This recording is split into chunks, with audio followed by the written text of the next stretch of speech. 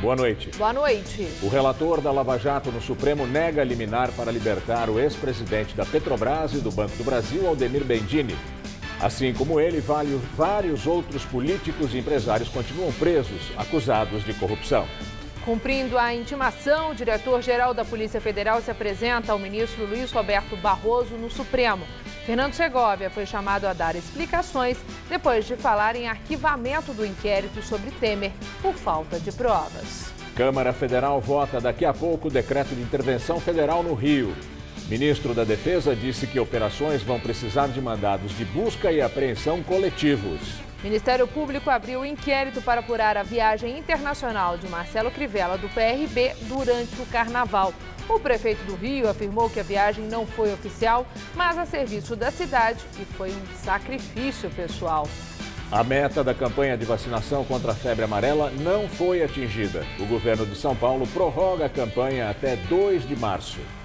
O índice considerado como prévia do PIB acumulou alta de 1,04% em 2017. Esse é o primeiro avanço anual após 3 anos de queda. Se a alta for confirmada, acabou a recessão. O Jornal da Gazeta está no ar.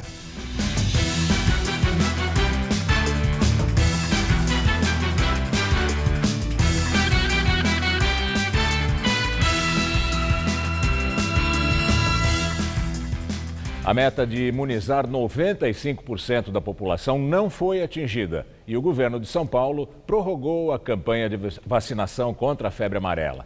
A nova data é 2 de março. Hoje cedo, em postos da zona norte da capital, havia muita informação desencontrada sobre a campanha. Quase todo mundo da família da dona Maria Zélia foi vacinado, menos os 2 filhos. Minha filha falou que não tomou porque no dia que ela pegou o papel para tomar, ela ia chegar atrasada num serviço, não tomou. E o meu filho foi porque ele recebeu o papel sexta-feira agora e ele foi se alistar. Hoje, a Secretaria Estadual da Saúde prorrogou a campanha de vacinação contra a febre amarela que tinha sido encerrada no último sábado. O mutirão será estendido em 2 semanas e vai até 2 de março. O problema é que a meta de imunização não foi atingida. Das 9 milhões e 200 mil pessoas, pouco mais de 3 milhões e 400 mil foram imunizadas. A campanha começou em 25 de janeiro em 54 municípios paulistas. O governo vem atribuindo esta baixa adesão ao medo de algumas pessoas de tomarem a vacina e terem reações alérgicas e também por receio e desconfiança das doses fracionadas. Mas muita gente pensa ao contrário, diz que não foi imunizado antes justamente porque faltavam vacinas nos postos, mas principalmente pela superlotação nas unidades de saúde. As longas filas e a falta de informação dos últimos dias afugentaram o Gilson e a filha, que só tomaram a vacina hoje. Deixei para diminuir esse fluxo que estava muito grande e eu também estava trabalhando, aproveitei que estava de férias agora nessa semana e vim para poder tomar vacina com a minha filha. Na UBS Jardim Japão, Zona Norte, um funcionário, sem gravar entrevista, disse que tinha vacina, mas não quis falar mais nada. O mesmo aconteceu na UBS Parque Novo Mundo 1, também na Zona Norte. Depois de tentar impedir nossa gravação, mesmo da calçada, um funcionário respondeu que tinha vacina, mas não falou se era apenas com senha ou se quem chegava conseguiria ser vacinado. Este jovem estava lá dentro e diz ter visto um cartaz que dizia o contrário. A placa diz que aqui não está dando vacina no momento, por causa que não tem surto e nem a manifestação da febre amarela aqui. Seu Adilson, de 71 anos, conseguiu tomar a vacina, mas depois que nossa equipe já estava na porta há um bom tempo. O senhor ficou com receio de não ter tomado esse período aí, não? Honestamente fiquei. Fiquei que eu mesmo não quero morrer, eu quero viver. A assessoria de imprensa da Secretaria de Estado da Saúde informou que a meta da campanha não foi atingida porque as pessoas não estão procurando a vacinação nos postos de saúde, ao contrário do que se esperava. Em vários pontos do país, houve protesto de bancários contra a reforma da Previdência. As agências fecharam por 2 horas entre 10 da manhã e meio-dia. Movimentos sociais e centrais sindicais protestaram contra a reforma da Previdência em várias regiões do Brasil. Na Grande São Paulo, teve paralisação de ônibus e algumas escolas foram afetadas. Pelo menos 3 cidades da região metropolitana amanheceram sem ônibus: Santo André, São Bernardo do Campo e Guarulhos. Manifestantes contrários à reforma da Previdência fecharam a entrada dos terminais. Houve protesto nas estradas. Na Via Dutra e na Via Anchieta, os manifestantes atearam fogo em pneus para bloquear as pistas. Manifestação também no aeroporto de Congonhas. No saguão, um grupo de sindicalistas protestou em coro e com cartazes tentava chamar a atenção de passageiros e funcionários. Na região da Avenida Paulista, alguns bancos ficaram fechados até o meio-dia. Professores da rede municipal também aderiram à paralisação e algumas escolas ficaram sem aula. O cartaz no portão avisa sobre o protesto, também contra o projeto da Prefeitura de São Paulo, que institui um novo valor máximo para a aposentadoria dos servidores. Segundo a Secretaria de Educação, 81% das escolas do município funcionaram normalmente. A greve de hoje foi convocada pela CUT e outras centrais sindicais em repúdio à reforma da Previdência, que o governo Temer tenta aprovar no Congresso, mas ainda não conseguiu o apoio necessário. A ideia seria votar a proposta nesta semana. Mas por causa da intervenção federal na segurança do Rio, o Congresso não pode alterar a Constituição, o que deve adiar a discussão em plenário. No fim da tarde, os manifestantes se reuniram em frente ao MASP, com bandeiras também de partidos políticos, como o PSTU e o PSOL. Eles bloquearam a Avenida Paulista nos 2 sentidos, o que prejudicou o trânsito na região. E a repórter Carla Rodeiro continua acompanhando os protestos que bloqueiam parte da Avenida Paulista. Boa noite, Carla. Olá, olha, estão aqui professores da rede estadual e também do município que mais cedo participaram de um protesto em frente à prefeitura e também categorias ligadas aos sindicatos envolvidos neste movimento. Bem, o protesto acaba de ser encerrado aqui na Avenida Paulista, mas os manifestantes ainda bloqueiam as 2 pistas da avenida.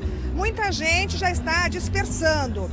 Além da reforma da Previdência, eles também se manifestaram aqui contrários à intervenção federal no Rio. Bem, a CET interditou o trânsito aqui em frente, no quarteirão exatamente do MASP, onde estão concentrados, ficaram concentrados a maior parte dos manifestantes. E a CET interditou outros 3 quarteirões. Mas é possível, mesmo nesse momento, onde a avenida permanece interditada, acessar a Paulista e também cruzar a partir da Alameda Casa Branca, no sentido Paraíso, e pela Adoc Lobo, do outro lado. É com vocês no estúdio. Obrigada, Carla. O Supremo Tribunal Federal julga amanhã habeas corpus coletivo para presas que estejam grávidas ou com filhos com até 12 anos. Se aprovado, elas passam a cumprir prisão domiciliar. Um caso recente ganhou destaque aqui em São Paulo. Uma mãe foi presa grávida e teve que voltar para a cela de uma delegacia com o bebê logo depois do parto.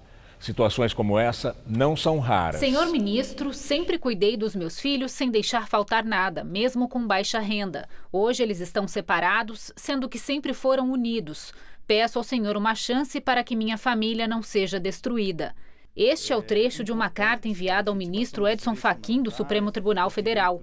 A autora é mãe de 6 crianças. Foi presa em São Paulo no dia 7 de janeiro com 8 gramas de maconha. E mesmo ré primária, amamentando um bebê de 1 mês, teve o pedido de prisão domiciliar negado 3 vezes. Desde o dia 24 de janeiro, o recurso dela está na mesa do ministro do STF. E essa é quase uma regra. Juízes têm negado sistematicamente o direito à prisão domiciliar previsto desde 2016 no Código de Processo Penal a mulheres presas preventivamente que estão grávidas ou que sejam mães de filhos de até 12 anos de idade. Isso não está sendo aplicado pelo judiciário, né? A lei trouxe uma regra, mas infelizmente o judiciário está tratando isso como uma exceção. Então, por isso que a necessidade de que o Supremo Tribunal Federal reafirme essa regra né, para que comece a ser aplicado a lei. Amanhã, a segunda turma do STF deve julgar um pedido de habeas corpus coletivo feito em maio do ano passado para mulheres presas preventivamente que se enquadrem nas regras. O pedido foi feito por um grupo de advogados e pela Defensoria Pública da União. Segundo o levantamento do Conselho Nacional de Justiça, a decisão pode beneficiar 622 presas que estão grávidas ou que ainda amamentam. Isso sem contar as que têm filhos menores de 12 anos. A Defensoria de São Paulo acredita que quase 80% das presas do estado têm direito à prisão domiciliar. A lei, ela só fala que mulher gestante ou com filhos até 12 anos. Ela não traz nenhum outro requisito. Então, se a lei não traz um requisito, não cabe ao judiciário. Caso o juiz queira negar esse direito previsto em lei, então ele tem que justificar no caso concreto, né, o porquê que naquele caso em específico ela não teria o direito à prisão domiciliar. Se já tivesse sido aprovado o habeas corpus coletivo, poderia ter evitado que Jéssica Monteiro, também presa com maconha, tivesse ficado em uma cela de uma delegacia com o filho um dia após dar à luz na semana passada. Jéssica chegou a ser levada para um presídio, mas saiu depois que o pedido de prisão domiciliar foi aceito pelo Tribunal de Justiça de São Paulo. A gente não está pensando na mãe em primeiro lugar, a gente está pensando nessas crianças, né, e no custo social dessa prisão. O que acontece é que essas mães são presas e muitas vezes os filhos são separados, cada um fica com um parente, a família é completamente desestruturada, essa criança cresce sem nenhuma referência. Sobre o risco da mulher sair impune, a prisão domiciliar não significa liberdade. O processo continua e ela pode ser julgada e condenada. Procuradores gerais de todo o país se reuniram no Ministério Público de São Paulo para discutir segurança. O ministro do Supremo Tribunal Federal, Alexandre de Moraes, participou do encontro. O Conselho Nacional de Procuradores Gerais elaborou sugestões de mudanças legislativas para combater o crime organizado e o tráfico de drogas e armas. O grupo conta com a participação de chefes do Ministério Público de todo o país. A ideia é tornar a prisão temporária mais ampla e mais efetiva para o combate à organização criminosa. Tanto a lei de drogas quanto a lei de armas trazer tipificações que envolvem o crime organizado, o aliciamento a menores, a atuação em algumas regiões que podem envolver uma criminalidade maior. O presidente da Câmara dos Deputados, Rodrigo Maia, do DEM, tinha confirmado presença, mas não compareceu. Ficou em Brasília, onde participou de uma reunião com o presidente Michel Temer para discutir a intervenção no Rio de Janeiro. Agora, as sugestões serão encaminhadas para uma comissão de juristas presidida pelo ministro do Supremo Tribunal Federal, Alexandre de Moraes.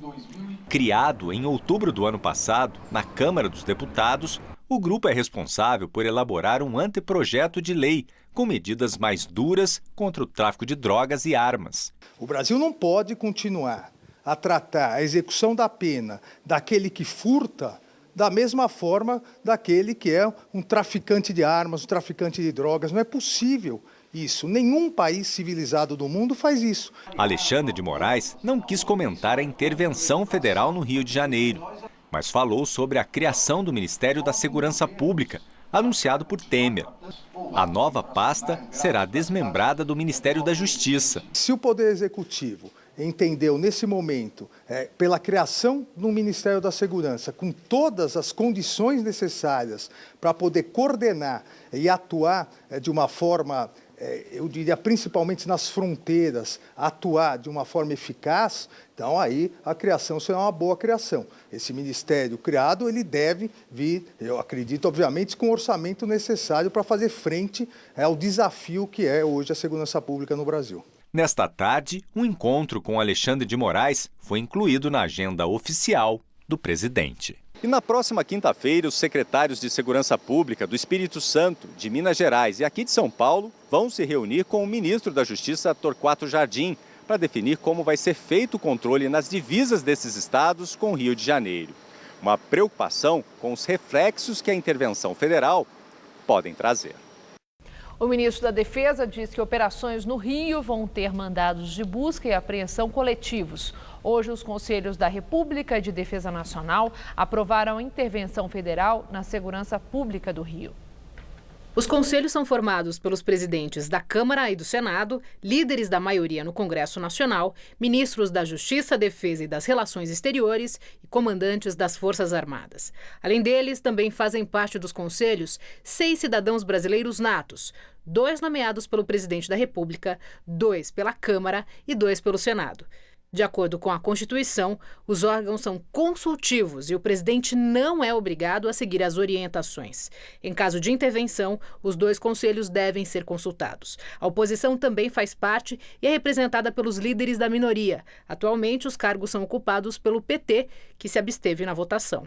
Para as ações no Rio, o ministro da Defesa disse que os militares vão usar mandados de busca e apreensão coletivos, que em vez de um endereço específico, mira uma área inteira, como uma rua ou um bairro.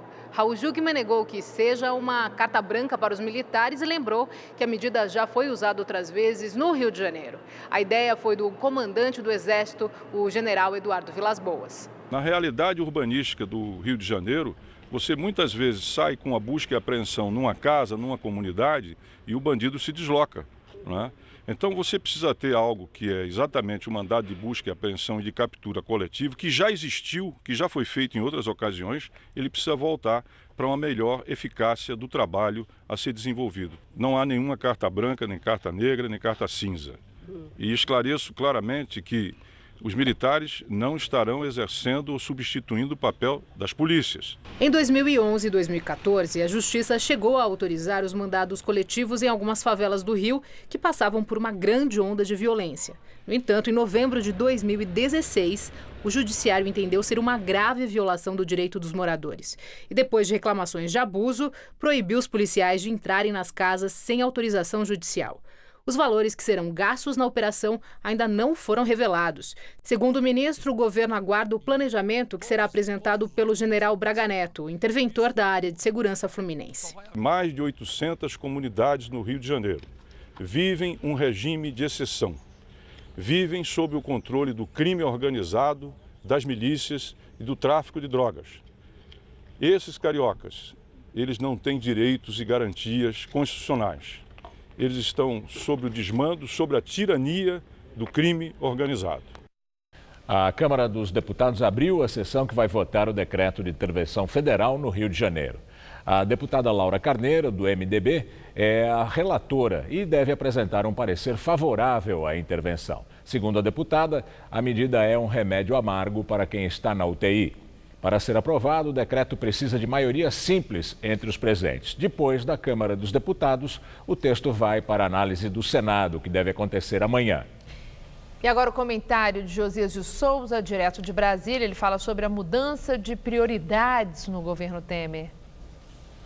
O brasileiro vai descobrindo aos poucos que, sob Michel Temer, o governo pode ser a favor de tudo ou absolutamente contra qualquer outra coisa.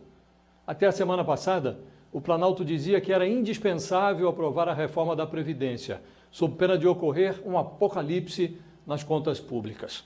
Nesta segunda-feira, dia em que ocorreria a votação da emenda salvadora, o Planalto colocou a sua infantaria legislativa a serviço da aprovação do decreto de intervenção na segurança do Rio de Janeiro. Um decreto que levará o governo a gastar um dinheiro que diz não ter. Falta lógica. O Temer austero de ontem, defensor e transigente da reforma da Previdência, pode ser o Temer perdulário de hoje, apologista da agenda da segurança pública. E nem os mais convictos defensores do presidente podem assegurar que o país está a salvo do vice-versa.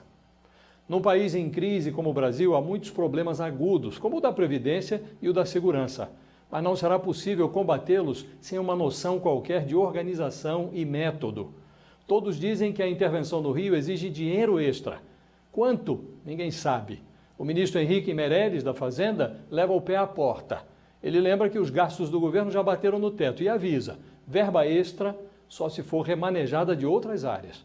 De onde? Da saúde? Da educação? O governo perdeu o nexo. Sem votos para consertar a Previdência, embarcou no populismo da segurança. Temer passou a governar o país como uma dona de casa maluca, do tipo que guarda sal numa lata de açúcar onde está escrito pimenta. Boa noite. Daqui a pouco, Maria Lídia entrevista o sociólogo Aldo Fornazieri sobre a segurança pública no país e as eleições. Joesley e Wesley Batistas dizem ser mentirosas as informações veiculadas pela imprensa de que estariam negociando uma segunda fase de delações com alvo nos integrantes do Judiciário. Em comunicado divulgado hoje, os donos da JBS Friboi dizem que não há fatos novos a acrescentar ao que já foi revelado e que nunca houve qualquer ilícito relativo ao Poder Judiciário. O diretor-geral da Polícia Federal, intimado, se encontrou com o ministro Luiz Roberto Barroso, do Supremo. Fernando Segovia foi chamado a dar explicações depois de dizer numa entrevista que o inquérito sobre o presidente Temer deve ser arquivado. A investigação apura se o presidente Michel Temer aceitou vantagem indevida ao editar o texto do decreto para favorecer empresas que operam no Porto de Santos, no litoral de São Paulo. Temer assinou o documento em maio do ano passado. A Reuters, Segovia disse ainda que não há indício de crime e que as investigações até o momento não comprovaram ter havido pagamento de propina. Indicado por Temer, Fernando Segovia ocupa o cargo de diretor-geral da Polícia Federal desde novembro do ano passado. Após a publicação da entrevista, o ministro relator do caso no Supremo Tribunal Federal, Luiz Roberto Barroso, intimou Segovia. As declarações de Segovia causaram um desconforto ainda maior entre os policiais federais, principalmente entre os delegados responsáveis por investigações de pessoas com foro privilegiado. Em um texto enviado a Eugênio Ricas, diretor de combate ao crime organizado da instituição, eles disseram que não vão admitir qualquer interferência no trabalho e ameaçaram levar o caso para o Supremo. Em resposta, Ricas disse que as apurações irão avançar, doa a quem doer. Já Fernando Segovia afirmou que o documento é a prova cabal de que não interferiu nem tentou influenciar a investigação de Temer. O prazo para a conclusão do inquérito sobre o decreto dos portos termina amanhã. A Polícia Federal pode pedir prorrogação. A defesa do presidente defende o arquivamento do caso. O ministro Luiz Roberto Barroso ainda não se posicionou. O temor do Palácio do Planalto é que a Procuradora-Geral da República, Raquel Dodge, com base nesta investigação, denuncie Temer ao Supremo. Se isto acontecer, esta será a terceira vez que o presidente é alvo de denúncia. Outras duas já foram arquivadas por aliados na Câmara.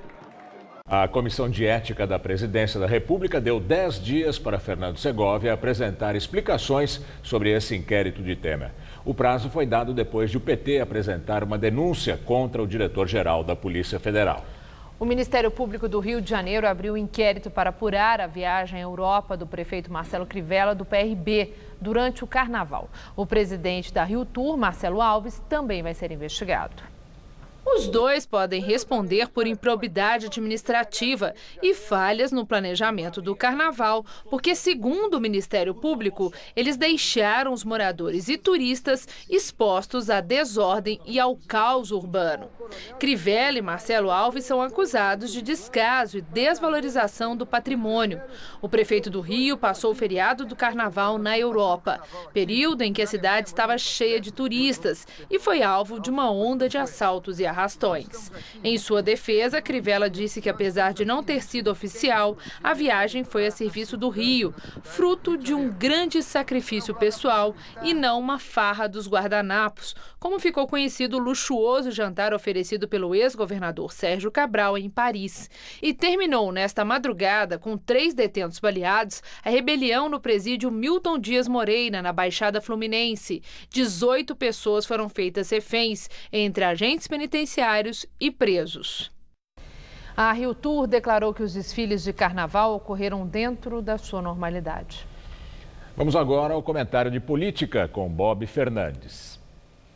O general Sérgio Etchegóin é chefe do Gabinete de Segurança Institucional da Presidência e, via ABIN, chefia o Sistema Brasileiro de Inteligência, SISBIN. O SISBIN tem tentáculos em 37 instituições, Forças Armadas, Polícia Federal, PMs, etc. Etchegóin é mais do que o homem forte de Temer. Temer é o presidente fraco e Etchegóin tem secular tradição familiar no Exército. Ex-chefe do Estado-Maior na reserva pós-Temer, Etchegóin é arquiteto nessa intervenção militar no Rio. O poder não admite vácuo. O avô do general Etchegóin, tenente Alcides, foi dos que tentaram impedir a posse de Washington Luiz em 26 do século passado. Em agosto de 54, Alcides assinou um manifesto pela renúncia de Getúlio Vargas. Alcides, pai de Léo Etchegóin, general e pai do hoje ministro Etchegóin. Léo trabalhou pela derrubada do presidente João Goulart, foi secretário de Segurança do Rio Grande do Sul em 65 e assessor do ditador Médici. Em 2014, o hoje chefe do GSI, Etchegóin, definiu a Comissão da Verdade como patética e leviana, em nome da família, em defesa da memória do pai. A comissão apontara Léo Etchegóin, o pai, como responsável por violações de direitos humanos na ditadura. O governador Pezão, investigado, herdou o Rio do Cabral, esse condenado a 87 anos de cadeia. Avós e porta-vozes sabiam quem era Cabral. Calaram-se para não atrapalhar bilionários negócios, Copa do Mundo e Olimpíadas. Dos eleitores, 47% não foram às urnas votar ou anularam o voto, não votaram no bispo-prefeito Crivella. Isso tudo diz muito sobre todos os envolvidos. Agora, um governo cercado por acusações de corrupção cria intervenção militar para combater o crime organizado. Mais uma gambiarra com verniz de legalidade. Um general interventor, tropas e tanques para comunidades onde faltam exatamente o Estado e seus serviços. Chamemos de ato institucional número 2, AI-2. O AI-1 foi obra de Eduardo Cunha, caçado e preso só depois de comandar o serviço sujo. Não se estranhe nada. Na Folha, Daniela Lima informa: Moro será tornado homem do ano em Nova York. 7 bancos patrocinam a festa. $26 mil cada cota de patrocínio. Uma das cotas paga pela Petrobras, a mesma da Lava Jato do Moro. Boa noite. Nesta madrugada, 36 homens da Força Tarefa chegaram no Ceará para reforçar o combate ao crime organizado no estado. Agentes da Polícia Federal e Força Nacional foram enviados à Fortaleza pelo presidente Michel Temer depois da morte de chefe do PCC. A maior liderança da facção criminosa, Rogério Jeremias de Simone, mais conhecido como GG do Mangue, foi encontrado morto no domingo próximo à capital cearense. Ele estava foragido desde o ano passado. Junto a ele estava o corpo de Fabiano Alves de Souza, o Paca. Segundo o Ministério Público de São Paulo, a suspeita é que o crime tenha sido motivado por disputas internas do PCC. O envio da Força Tarefa já estava previsto desde o início do mês pelo Ministério da Justiça, após ocorrências violentas dentro e fora das cadeias. Ontem à noite, na base aérea de Brasília, o ministro da Justiça, Torquato Jardim, disse que a situação é delicada e, por isso, exige reforço. A ministra dos Direitos Humanos, Luizlinda Valois, foi demitida do cargo. Ela estava na pasta desde fevereiro do ano passado. Luizlinda era afiliada ao PSDB, mas deixou o partido em dezembro, quando os tucanos estavam divididos sobre ficar ou não no governo Temer. No ano passado, a ministra criou polêmica ao pedir para acumular o salário integral da atual função com a aposentadoria. No total, os sentimentos somariam mais de R$60 mil, o que ultrapassaria o teto do funcionalismo público, que é de R$33 mil. Ela alegou que estava vivendo situação semelhante ao trabalho escravo. Após a repercussão negativa, desistiu do pedido. Por enquanto, Gustavo do Vale da Rocha, subchefe de assuntos jurídicos da Casa Civil, deve acumular as funções. O juiz Valisney de Souza Oliveira, da Justiça Federal de Brasília, negou de uma só vez 47 pedidos da defesa do ex-presidente da Câmara, ex-deputado Eduardo Cunha. Todos no processo em que Cunha é investigado por desvios na Caixa Econômica Federal. Entre os pedidos indeferidos hoje pelo juiz de Brasília está o de quebrar o sigilo telefônico do empresário Henrique Constantino, herdeiro da empresa aérea Gol. A defesa de Cunha queria que a justiça verificasse se o presidente Michel Temer pediu o adiantamento de dinheiro de Caixa 2 da Gol para a campanha de Gabriel Chalita, à Prefeitura de São Paulo, em 2012. Ao negar o pedido, o juiz alegou que a solicitação não tem qualquer pertinência com o objeto do presente processo, que investiga desvios cometidos por Eduardo Cunha, Henrique Eduardo Alves, entre outros nomes do MDB, dentro da Caixa Econômica Federal. No total, 47 de 49 pedidos foram negados pelo juiz. Entre eles, de acariação, quebra de sigilo, O Ministério Público pediu que Eduardo Cunha seja condenado a 386 anos de prisão por atos criminosos em série, cometidos ao longo de anos à frente de cargos públicos. A defesa do ex-deputado afirma que as alegações do Ministério Público Federal configuram uma peça de ficção científica, sem provas. O ministro Edson Fachin, relator dos processos da Operação Lava Jato no Supremo Tribunal Federal, negou liminar para libertar o ex-presidente da Petrobras e do Banco do Brasil, Aldemir Bendini. Assim como Bendini, outros políticos e empresários continuam presos em decorrência da Operação Lava Jato. O ex-presidente do Banco do Brasil e da Petrobras, acusado de receber 3 milhões de reais em propina da Odebrecht, foi preso em julho. Ele está no Complexo Médico Penal de Pinhais, no Paraná. Renato Duque, ex-diretor de serviços da Petrobras, foi condenado a mais de 84 anos pelos crimes de corrupção ativa e passiva, associação criminosa, lavagem de dinheiro e recebimento de vantagem indevida. Ele também está preso no Paraná. O ex-presidente da OAS, Léo Pinheiro, está em regime fechado. O empresário já foi condenado a mais de 45 anos. Ele está na carceragem da Polícia Federal em Curitiba e tenta fechar um acordo de delação premiada. Outro que está em Pinhais é Eduardo Cunha, do PMDB. O ex-presidente da Câmara foi preso em outubro de 2016. Depois da apelação, a pena foi reduzida para 14 anos e 6 meses de prisão. Ele foi condenado por ter recebido $1,5 milhão de dólares desviados da Petrobras. Antônio Palocci, do PT, que está preso há mais de um ano, negocia um acordo de delação premiada. O ex-ministro foi condenado na Lava Jato a mais de 12 anos por corrupção passiva e lavagem de dinheiro. Ele está na carceragem da Polícia Federal em Curitiba. O ex-ministro da Secretaria de Governo, Gedel Vieira Lima, do MDB, foi preso 2 vezes em 2017. A primeira, por tentar barrar as negociações para a delação premiada do operador financeiro Lúcio Funaro. E a segunda, depois da descoberta de um apartamento com 51 milhões de reais atribuídos ao político. Preso em setembro, atualmente Gedel está no complexo penitenciário da Papuda, em Brasília. O ex-ministro do Turismo, Henrique Eduardo Alves, do MDB, foi alvo da Operação Manus, desdobramento da Lava Jato, que investiga corrupção ativa e passiva e lavagem de dinheiro na construção da Arena das Dunas, em Natal. O ex-presidente da Câmara está preso desde junho na Academia da Polícia Militar do Rio Grande do Norte. O ex-governador do Rio de Janeiro, Sérgio Cabral, do MDB, já foi condenado em 4 processos da Lava Jato, apenas que somam 87 anos. Ao todo, ele é réu em 21 ações penais, por crimes como corrupção ativa e passiva, lavagem de dinheiro e organização criminosa. Atualmente, Cabral cumpre pena no Complexo Médico Penal de Pinhais, no Paraná. O presidente da Assembleia Legislativa do Rio, Jorge Piccini, também do MDB, foi alvo da Operação Cadeia Velha, outro desdobramento da Lava Jato. Ele é investigado por ter recebido mais de 58 milhões de reais ilegalmente de empresas de ônibus. Ele está preso há quase 3 meses na cadeia de Benfica, na zona norte do Rio. O ex-senador Jim Agelo, do PTB, também está no Complexo Médico Penal de Pinhais, no Paraná, há quase 1 ano e meio. Outro que continua preso no mesmo local é o ex-deputado André Vargas, condenado a mais de 18 anos. O ex-tesoureiro do PT, João Vacari Neto, foi absolvido em 2 processos da operação, mas em outro teve a pena aumentada de 10 para 24 anos de reclusão. Ele está preso há quase 3 anos em Pinhais.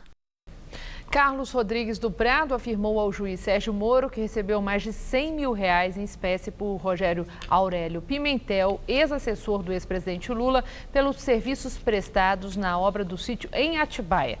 Segundo a Lava Jato, o imóvel é de Lula. O dinheiro, de acordo com ele, foi pago em 4 vezes e os repasses eram feitos num posto de gasolina próximo ao sítio. No depoimento, o empreiteiro disse que emitiu nota fiscal em nome do empresário Fernando Bittar. Oficialmente, a propriedade está registrada em nome de Bittar. De acordo com Rodrigues, que é testemunha de acusação no processo, ele entregou o orçamento de reforma no sítio a Rogério Pimentel. O senhor passou o orçamento para o senhor Aurélio, é isso? Isso. E ele concordou, então? Concordou. Não teve assim nem discussão, assim, me dá um desconto, porque a gente falamos Inclusive o Frederico tinha me comentado que a obra ia ser tocada todos os dias, certo? E não tinha horário para parar, poderia parar 8 horas, 9 horas, ia depender do avanço da obra. Então, não teve muita assim, discussão, assim, me faz isso aqui mais barato, isso aqui tá caro, não houve essa discussão. Olha, ninguém consegue perceber, mas estamos no auge do verão. A estação mais quente do ano até agora tem sido um fracasso. Pois é, as chuvas estão muito abaixo da média esperada e a temperatura também. Nós vamos ver agora com Mariana Armentano como fica o tempo durante a semana.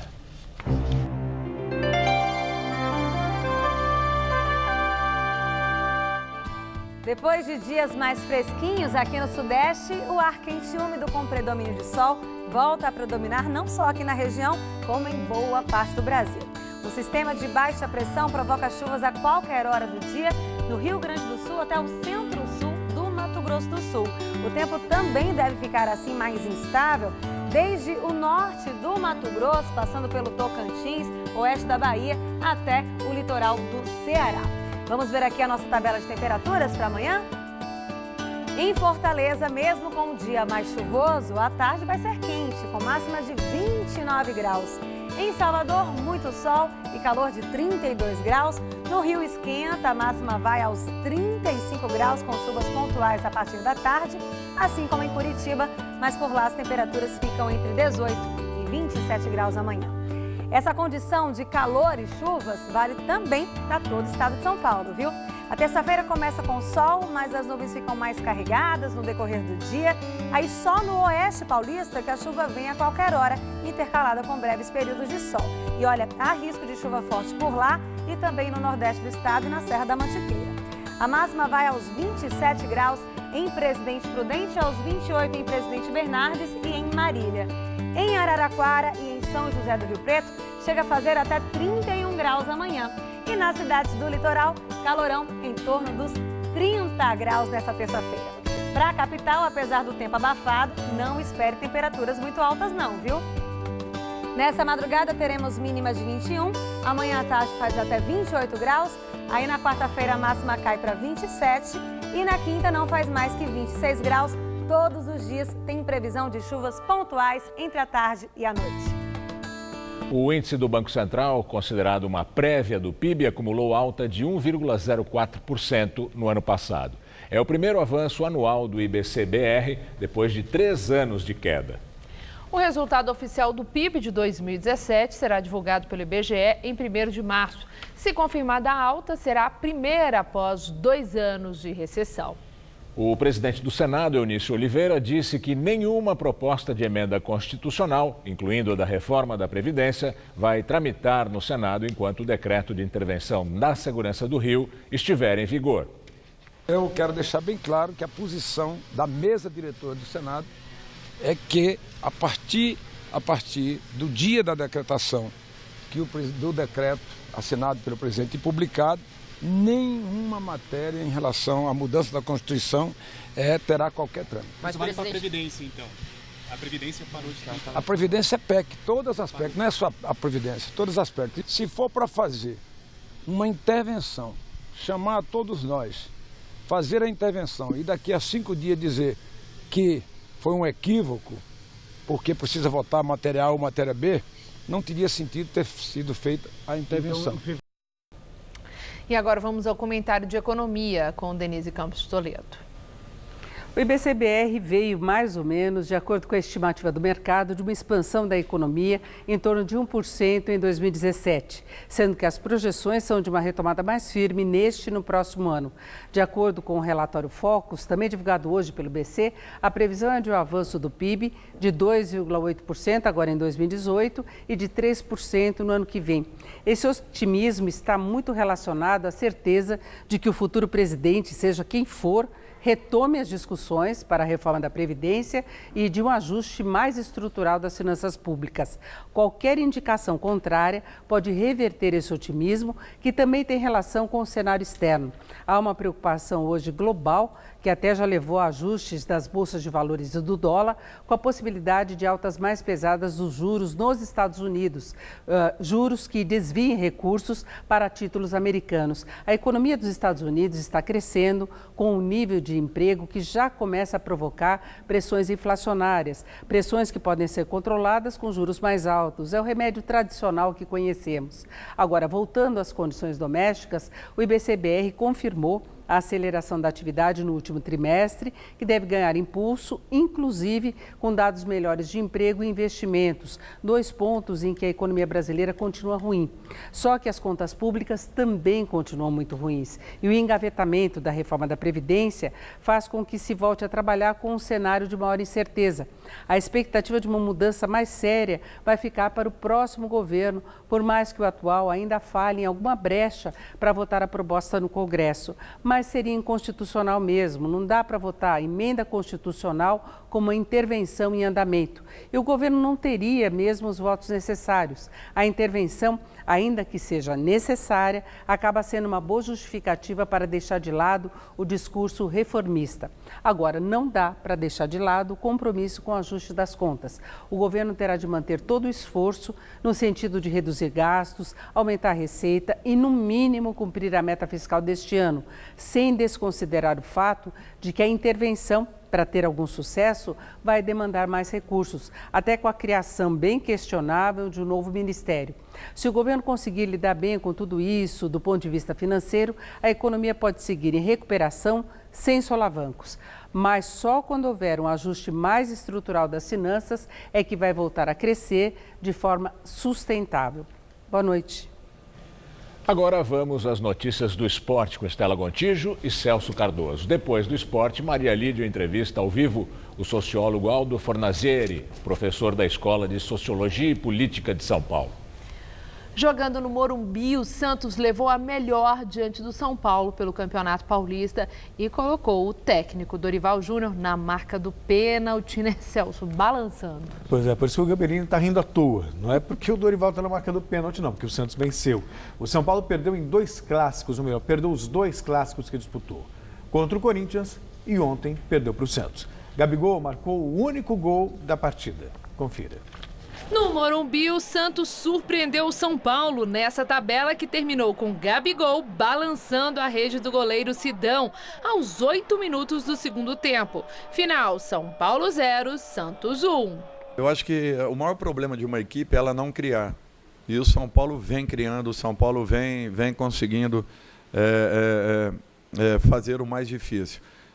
Eu acho que nós estamos muito próximos de um acerto nesse sentido e por isso é que eu continuo confiando naquilo que está sendo desenvolvido, está sendo trabalhado e naquilo que a equipe venha produzindo. Sempre me perguntavam na minha coletiva se eu queria o Gabriel.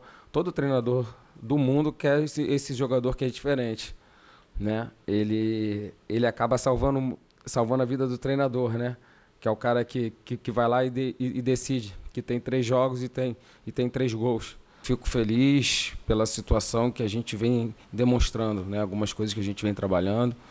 Dentro delas a intensidade, como você falou. Eu acredito que o futebol tem que ser sempre muito intenso. Celso, o Dorival pode cair mesmo? Já tem um coro, né, pedindo a demissão dele. Conselheiros, torcedores, também não vai resolver muita coisa. Está longe de ser o maior responsável pelo momento ruim de São Paulo. Aliás, vinha de 4 vitórias seguidas, né? Perdão, um clássico, já está tudo errado de novo. A propósito sobre o Campeonato Paulista, ontem também tivemos o Palmeiras empatando em Campinas com a Ponte Preta em 0-0. Choveu muito, o gramado estava num estado péssimo. Mesmo estádio que vai abrigar hoje Red Bull Brasil e Corinthians. O jogo começa às 8 horas da noite. Nossa, boa sorte para eles, né? É verdade. E olha, no Campeonato Baiano, Bahia e Vitória protagonizaram ontem um espetáculo de horror no Barradão, numa partida, gente, que terminou com 9 expulsões. Foi uma vergonha o que aconteceu ontem. E olha, era para ser o clássico da paz, mas virou uma praça de guerra como poucas vezes se viu no futebol brasileiro. Vamos conferir as imagens aqui. Pois é, o jogador do Bahia fez o gol de pênalti e comemorou de uma maneira um pouquinho mais, digamos, agressiva. Aí jogadores do Vitória não gostaram, foram para cima do jogador do Bahia e aí a pancadaria começou. soco para lá, empurra para cá, não, assim, lamentável. E atitudes covardes, né? Porque davam um soco e saíam correndo. Aí o árbitro expulsou jogadores, aí o jogador do Vitória cavou uma última expulsão e o jogo foi interrompido e o Vitória perdeu os pontos da partida por 3-0. E tivemos também briga no Mato Grosso, no Clássico Operário e Comercial, um gandula foi comemorar o gol do outro time e acaba lá do sendo espancado do ali, olha Operário, a cena. foi uma coisa absurda. E, enfim, lamentável também que isso tenha acontecido. São os campeonatos regionais pelo Brasil. É um mau exemplo para toda a torcida, né? Se a gente pede paz... Péssimo para a torcida, comportamento do jogador... Inadmissível. Inadmissível, né, Celso? Muito obrigado, uma boa noite para você. Até amanhã. É com você, Gamberini. Daqui a pouco, Maria Lídia entrevista Aldo Fornazieri, professor da Fundação Escola de Sociologia e Política. Eles vão falar sobre segurança pública e eleições. Até já. Na entrevista do dia com Maria Lídia Flandoli, a força da segurança pública para a conquista de votos.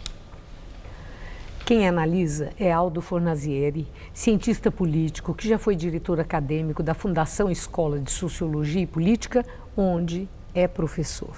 Muito obrigada por estar conosco. Bom, são muitas as dúvidas sobre a intervenção na segurança pública do Rio de Janeiro. Principalmente porque o comando dessa operação está nas mãos de um general, Braga Neto, um militar.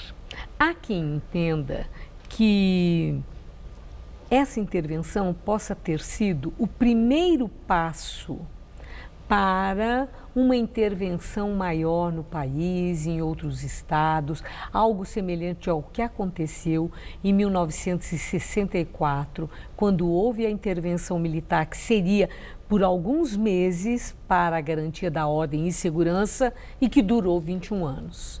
Nós temos indicadores consistentes que o Brasil corre esse risco?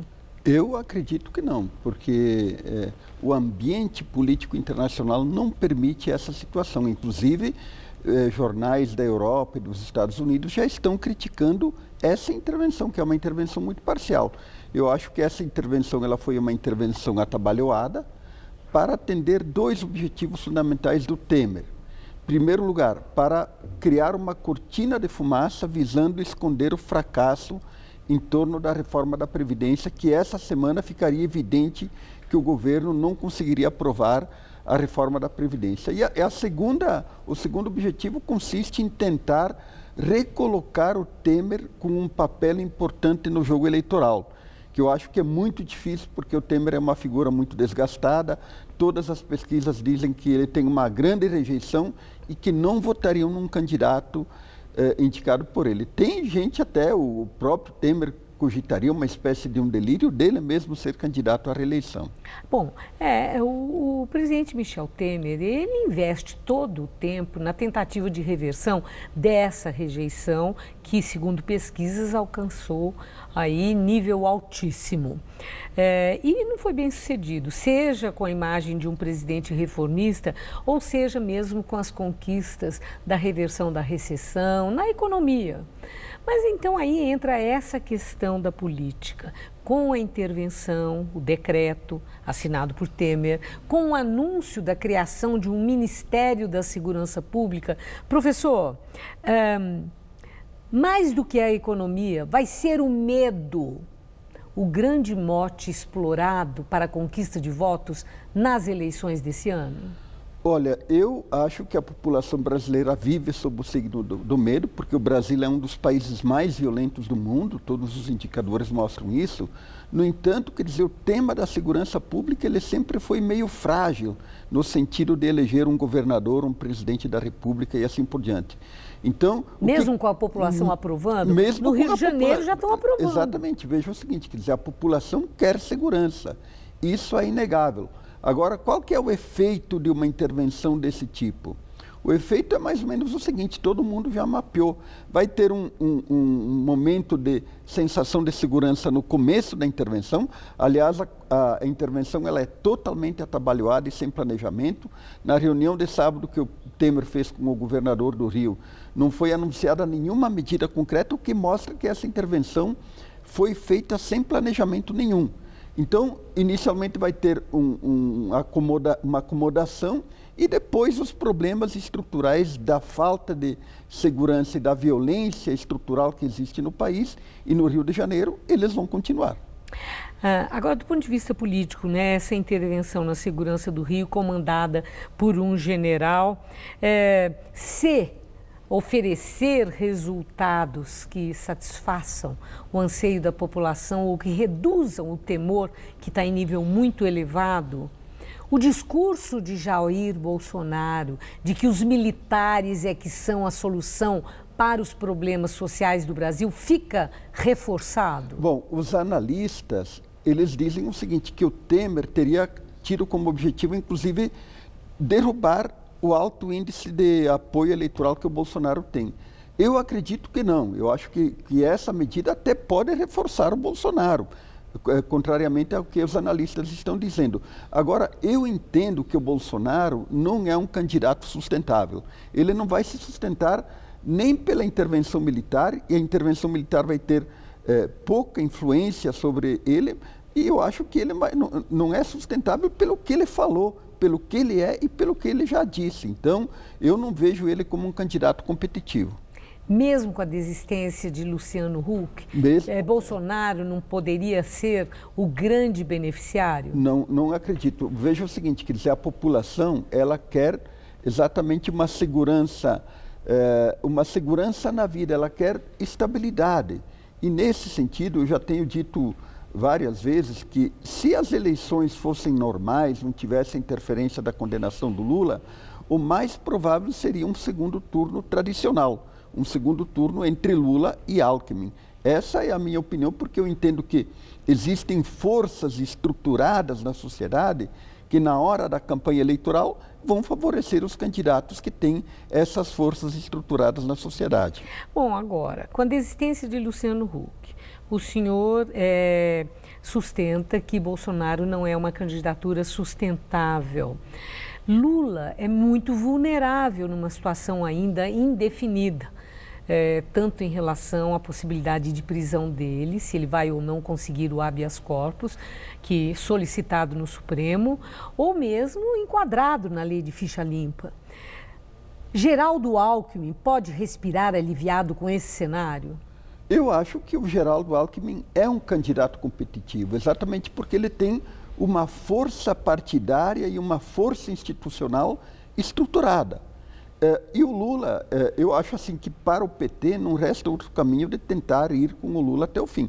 Mesmo que ele seja preso, eu acho que o PT deve manter a candidatura Lula até o fim, até colocando um vice, evidentemente, porque essa decisão acerca da viabilidade legal da candidatura dele ou não vai ser decidida só em setembro, na antevéspera da eleição.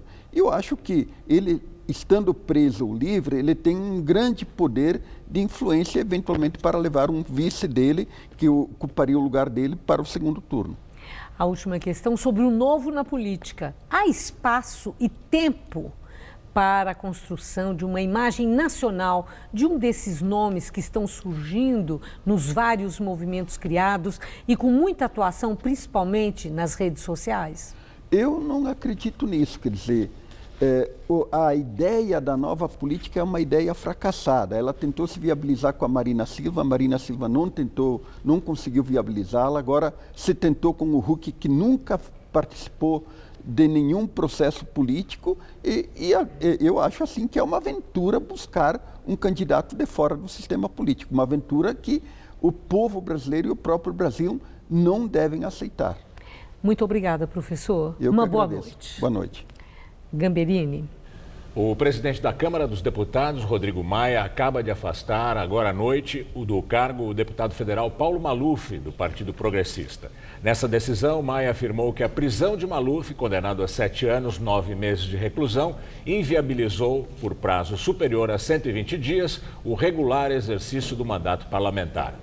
Com o afastamento, Rodrigo Maia cumpre a decisão judicial do ministro Edson Fachin, que determinou a cassação do mandato de Maluf após a prisão do parlamentar em dezembro passado. O Jornal da Gazeta termina aqui. A edição de hoje pode ser vista no site do Jornal da Gazeta. Mais notícias em nossa edição das 10. Uma boa noite para você. Boa noite e até amanhã.